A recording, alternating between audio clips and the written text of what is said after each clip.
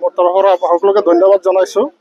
আপোনালোকে জানে যে যোৱাকালি আমাৰ জ্ঞান বিকাশ বিদ্যাপীঠত ব্যক্তিগত এখন বিদ্যালয় বিলায়ত আমাৰ এখন সভা অনুষ্ঠিত হৈছিলে। সঁচা কথা ক'বলৈ গ'লে এই সভাখন অনুষ্ঠিত হৈছিলে কংগ্ৰেছ দলৰ বঞ্চিত আমাৰ কিছুমান কৰ্মী। আৰু এই সভাখন এটা মানে উল্লেখযোগ্য সভা আছিলে এইকাৰণেই যে বিগত উপনিৰ্বাচনত চামগুৰি সমষ্টিত উপনিৰ্বাচনত প্ৰাৰ্থিত্ব দিয়া তানজিল হুছেইন প্ৰায় 26,000 ভোটত পৰাজিত হৈছিল। পুনৰবাৰ এইজনকে প্ৰাৰ্থিত্ব দিবলৈ আমাৰ দুবৰী লোকসভাৰ সাংসদ ৰকিবুল হুছেইনে উঠি পৰি লাগিছে, যাৰ মানে যিটো আমাৰ মানে সমষ্টিবাসীৰ দৃষ্টিগোচৰ হৈছে, কৰ্ণগোচৰ হৈছে। তাৰ পৰিপ্ৰেক্ষিতত আজি শিক্ষিত যোগ্য প্ৰাপ্য আমাৰ কিছুমান প্ৰাৰ্থী আজি ইয়াত মানে ওলাই আহিবলৈ বাধ্য হৈছে যে আমি চামগুৰি সমষ্টিত সিহঁতে প্ৰাৰ্থিত্ব বিচাৰিব। তাৰ মাজত আপুনি শুনিলে আচৰিত হ'ব, ভালো পাব যে এজন তাত এডভোকেট আছে, ডক্টৰ আছে, প্ৰফেচাৰ আছে, ইঞ্জিনিয়াৰ আছে বা MSc আছে। এইখিনি যোগ্য প্ৰাৰ্থী থকাৰ পিছতো যদি এই আমি উপনিৰ্বাচনত পৰাজয় বৰণ কৰা তানজিল হুছেইনক যদি পুনৰবাৰ এই এখন আমাৰ 26 বিধানসভা নিৰ্বাচনত প্ৰাৰ্থিত্ব দিয়ে, আমি আকৌ সমষ্টিটো হেৰুৱাবলগীয়া হ'ব পাৰে। গতিকে আমি আপোনালোকৰ জৰিয়তে আমাৰ জিলা কংগ্ৰেছ, ব্লক কংগ্ৰেছ আৰু আমাৰ প্ৰদেশ কংগ্ৰেছক অনুৰোধ কৰিছোঁ, প্ৰাৰ্থিত্ব দিয়াৰ দায়িত্ব আপোনালোকৰ, কিন্তু ভোট দিয়াৰ দায়িত্ব কিন্তু ভোটাৰৰ। এবাৰ হ'লেও ভোটাৰৰ মানে মনটো আপোনালোকে বুজিবলৈ চেষ্টা কৰিব। ফিল্ডত আহক, পাব্লিকে কি কয়, সাধাৰণ ভোটাৰে কি কয়, ভোটাৰৰ মনৰ কথাখিনি আপোনালোকে লৈ পিছত টিকেটটো প্ৰদান কৰক। একমাত্ৰ তানজিল হুছেইনৰ পক্ষত কোনোবা চাহস্থলত বহি, কাৰোবাৰ বেডৰুমত বহি, কাৰোবাৰ ড্ৰয়িং ৰুমত বহি পেলাই ব্লক কংগ্ৰেছ গঠন কৰি, মণ্ডল কংগ্ৰেছ গঠন কৰি মাত্ৰ মুষ্টিমেয় কেইজন মানুহৰ কথাত যদি তানজিল হুছেইনক পুনৰবাৰ প্ৰদেশ কংগ্ৰেছে প্ৰাৰ্থিত্ব প্ৰদান কৰে, নিশ্চয় পুনৰ আমি এই উপনিৰ্বাচনৰ নিচিনা এটা দশা আমি পুনৰবাৰ হয়তো চাবলৈ সক্ষম হ'ম। আমি বহুত আছে পৰৱৰ্তী সময়ত, আৰু আপোনালোকে নামখিনি হয়তো ওলাব। আজিতো 5-6 জন ওলাইছে, হয়তো মানে সংখ্যাটো 20 জন পাৰ হ'ব। আমাৰ হাতত যিমানখিনি প্ৰমাণ আছে এই নামখিনি আমাৰ প্ৰকাশ কৰাত ইতিমধ্যে অলপ অসুবিধা হৈছে। আমাৰ সম্পূৰ্ণ প্ৰাৰ্থীখিনি ওলাই আহক। আৰু এটা ভাল খবৰ যে আজি আমি 4টা বজাত এখন মানে আলোচনা হ'বৰ কাৰণেহে আমি ওলাই আহিছিলোঁ। এইকাৰণেই যে আমি 50,000 এই কংগ্ৰেছৰ বঞ্চিত, লাঞ্ছিত, অপমানিত কংগ্ৰেছী লৈ পেলাই আমি 50,000 কৰ্মী দি এখন মানে জনসমাৱেশ ইয়াত অনুষ্ঠিত কৰিম বুলি এটা আলোচনা, আজি 4টা বজাত এটা আলোচনা মানে সভা হ'ব, আৰু সেইকাৰণে ওলাই আহিছিলোঁ। কিন্তু আমি এটা আচৰিত হৈছোঁ যে আজি মানে ছ'চিয়েল মিডিয়াত প্ৰকাশ পাইছে যে আমাৰ গৰাজন ব্লক কংগ্ৰেছৰ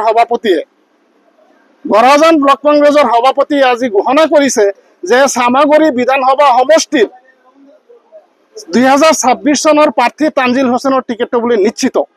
মই ব্লক কংগ্ৰেছ, জিলা কংগ্ৰেছ আৰু প্ৰদেশ কংগ্ৰেছৰ পৰা এটা স্পষ্টীকৰণ বিচাৰিব মানে খুজিছোঁ যে প্ৰদেশ কংগ্ৰেছে আৰু জিলা কংগ্ৰেছে কেতিয়া এই ব্লক কংগ্ৰেছক বিধানসভাৰ টিকেট দিয়াৰ দায়িত্বটো অৰ্পণ কৰিছে, আৰু যদি কৰা নাই তাৰ এটা স্পষ্টীকৰণ আমি আপোনালোকৰ যোগেদি বিচাৰিছোঁ।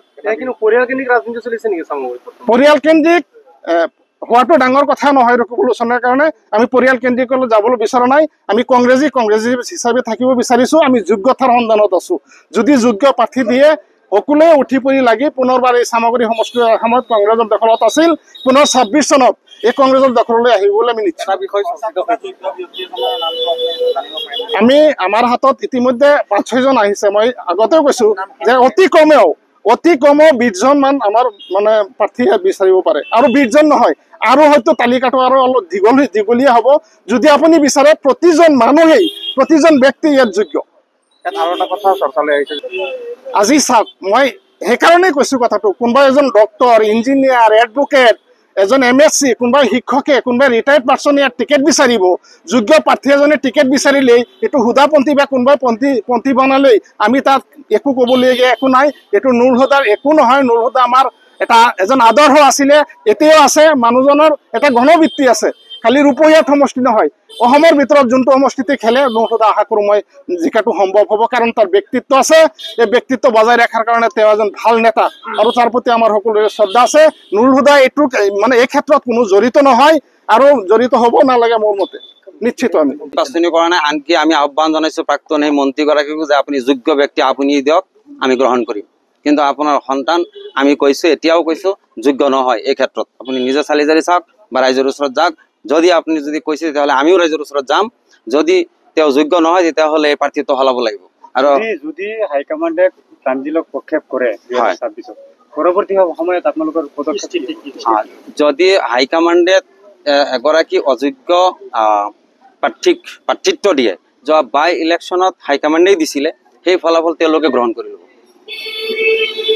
যোৱাকালি আমি নতুনকৈ গঠিত হোৱা চামগুৰি সমষ্টিৰ কিছুসংখ্যক শিক্ষিত মানুহ আৰু যিসকল কোৱালিফাইড লগতে সমাজ সচেতক আমি একেলগে এটা আলোচনা চক্ৰত মিলিত হৈছিলোঁ, যাৰ মূল উদ্দেশ্য আছিলে যে আমাৰ চামগুৰি সমষ্টি যিখন নতুনকৈ নৱগঠিত হৈছে, এই চামগুৰি সমষ্টিখনক কেনেকৈ আমি পুনৰুদ্ধাৰ কৰিব পাৰোঁ।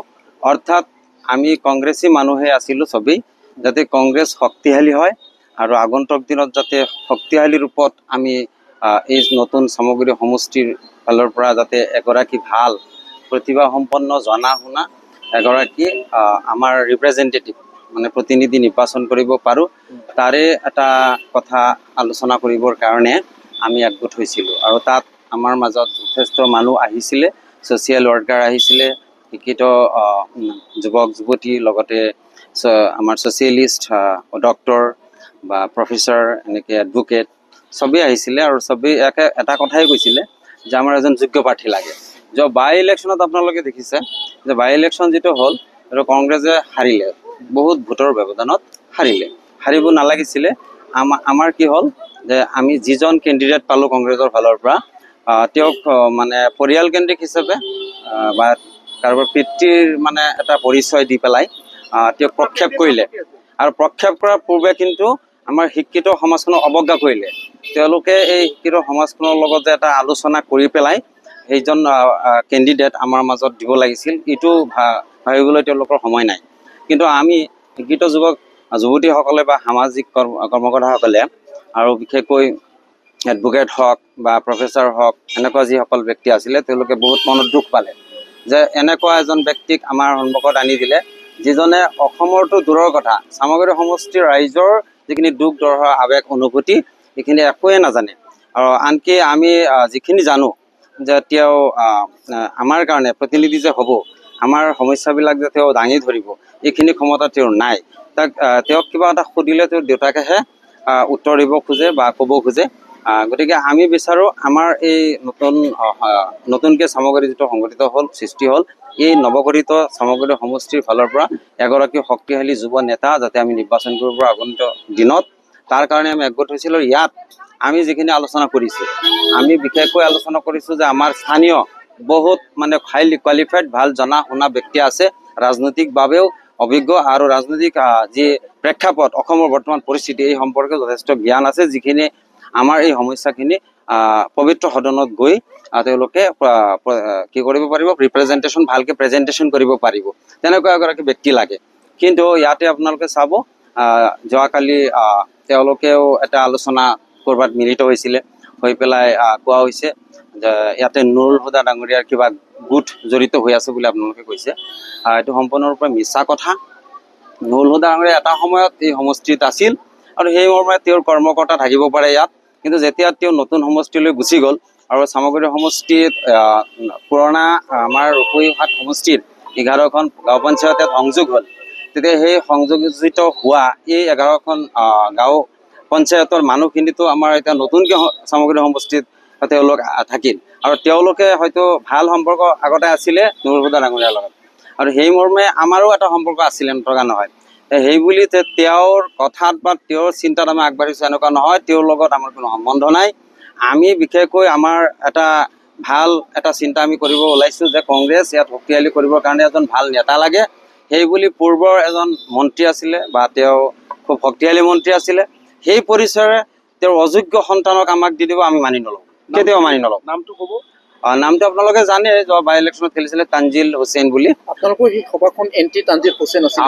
এণ্টি তানজিল হুছেইন বা কমজুৰি যিকোনো উইক যিকোনো কেণ্ডিডেটক আমি মানি নলওঁ, সেইটোৱে আমাৰ মূল কথা। যিটো কথা আপুনি কৈছে দোষাৰোপ কৰিছে, কাক দোষাৰোপ কৰিছে? আপুনি যদি চিধাকে কয় যে দোষাৰোপটো কাক কৰিছে? আমি দোষাৰোপ বুলি নহয়, কিন্তু যোৱা বাই ইলেকশ্যনত বিশেষকৈ পূৰ্বৰ এই শক্তিশালী মন্ত্ৰীজনে আমাৰ লগত কোনো কথা নাপাতি বা ৰাইজৰ লগত কোনো মতামত নলৈ তেওঁৰ সন্তানকে প্ৰক্ষেপ কৰিছিলে, তেওঁ নিজে জানে তেওঁৰ সন্তান কিমান যোগ্য, আমাতকৈ বেছি জানে।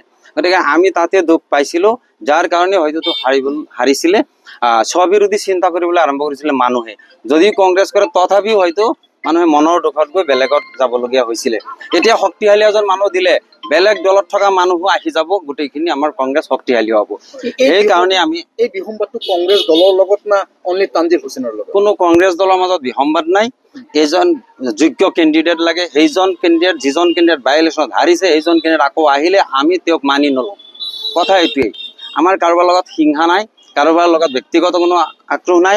তানজিল হুছেইন যদি মোৰ লগত চলাচল কৰে মই ভাল ব্যৱহাৰ কৰিম, কিন্তু প্ৰতিনিধি হ'লে মই আপত্তি কৰিম, মই তেওঁক মানি নলওঁ। সমৰ্থন আছে নে নাই? কি কৈছে? আপোনালোকে যি প্ৰক্ৰিয়া আপোনালোকে কালি আৰু যেনেধৰণৰ সভা অনুষ্ঠিত কৰিছে, এই সভাত আপোনালোকৰ কংগ্ৰেছৰ ফালৰ পৰা সমৰ্থন আছে নে নাই? কংগ্ৰেছৰ ফালৰ পৰা মানে আমি কোনো কংগ্ৰেছী তেনেকুৱা অৰ্গেনাইজেশ্যনে এইটো কালি অনুষ্ঠিত কৰা নাই। আমি কংগ্ৰেছ ভাল পোৱা কিছু সংখ্যক শিক্ষিত যুৱক যুৱতী, আমি ভাল এগৰাকী প্ৰতিভাসম্পন্ন যোগ্য এজন প্ৰতিনিধি লাগে, তাৰ কাৰণে একগোট হৈছোঁ। ইয়াত কোনো কংগ্ৰেছৰ সংগঠনে আমাক কোৱা নাই বা কংগ্ৰেছৰ সংগঠন জড়িত নহয়। প্ৰাৰ্থী বাছনি কৰিছে নেকি? যিকোনো খবৰৰ বাবে যোগাযোগ কৰক 7099017330 লগতে 7099017110 নম্বৰত।